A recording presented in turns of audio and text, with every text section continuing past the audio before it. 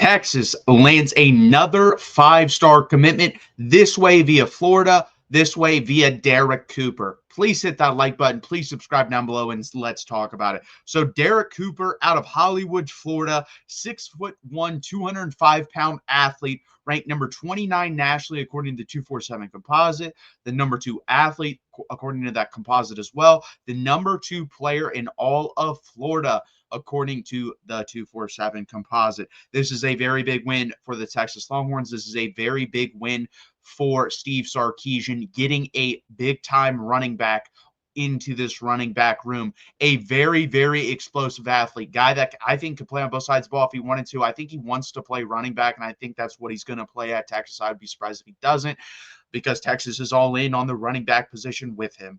But very explosive kid. You can tell, very, very powerful lower body. Just look at the lower body. That's what you want a running back's lower body to look like.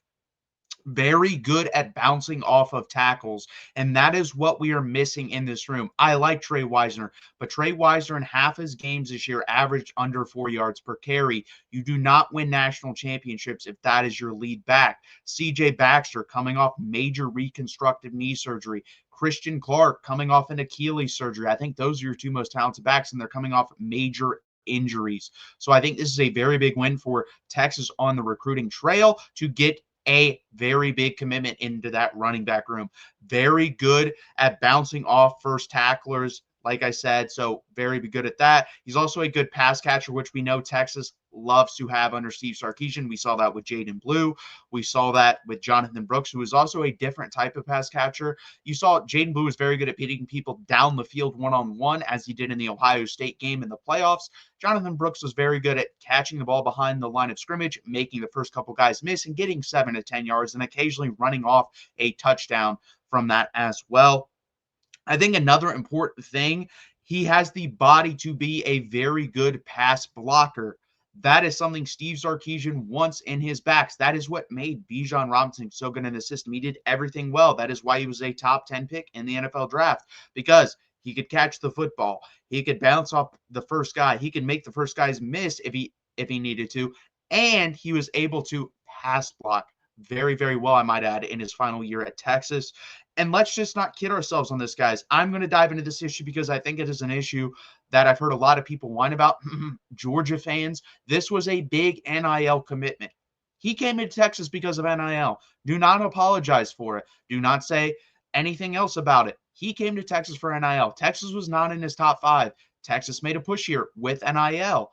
And guess what? It paid off big time. And you do not cry about this. If you're a Texas fan and you lose someone because of it, you do not brag about it because it happens. Guess what? It's college football in this day and age. You're going to lose some to NIL. You're going to win some to NIL, and it is what it is. It's not a big deal. People are going to make it a big deal. Blah, blah, blah, blah, blah. Do I think you should buy a whole roster? Absolutely not. That is proven not to work. If you buy guys that don't want to be at your school, every one of them, guess what? It doesn't work. Look at Texas A&M. Look at Miami. That doesn't work. If you buy the occasional 2 to 3 guys to push your class over the top, nothing wrong with that. It has worked. Guess what? Texas does it. Ohio State does it. Georgia does it. Alabama does it. Really good teams do it. They build relationship with 80 to 90% of the kids on the roster. Then the other 10% of the kids, mostly NIL. And we have to be honest about that. And I think it's an important thing to mention. But I don't care, because Texas desperately needed a quality, high-level back. Well, guess what? He is committed to the University of Texas, and I'm not going to apologize for that. This puts Texas at 21 commits now, 3 247 5 stars. Only A&M and Alabama has 4, so we're right in the mix there. 5 top 50 players in that composite. The only school that can say that is Oregon. 7 top 75 players. No one can say that. Texas is the only school that can say that. 8 top 100 players. Texas is recruiting just as good as they were last year, if not better. This class is only brought down average-wise because of the specialists in the class, which is stupid to me, because if you have a top 5 kicker, a top 5 long snapper, and a top 5 punter, they should not bring down your average. Well, they do. Don't like it, but they do.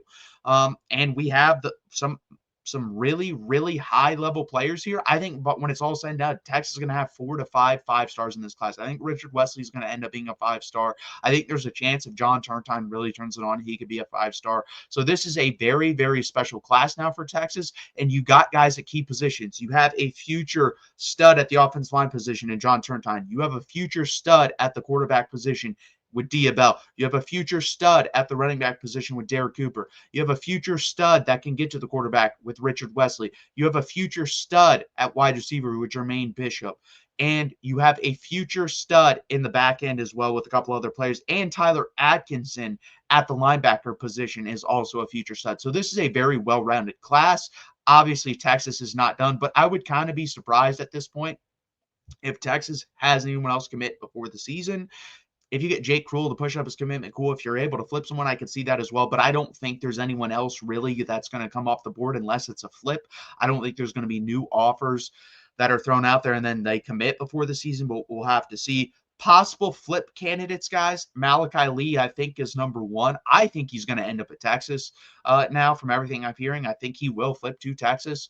Michigan, you better have a good season because if you don't have a good season, he will flip. Texas is going to stay on someone like Trenton Henderson, who is a fantastic player, a very, very talented player, another 5-star defensive end. They would like that. They're going to stay on Jalen Lott at the wide receiver position.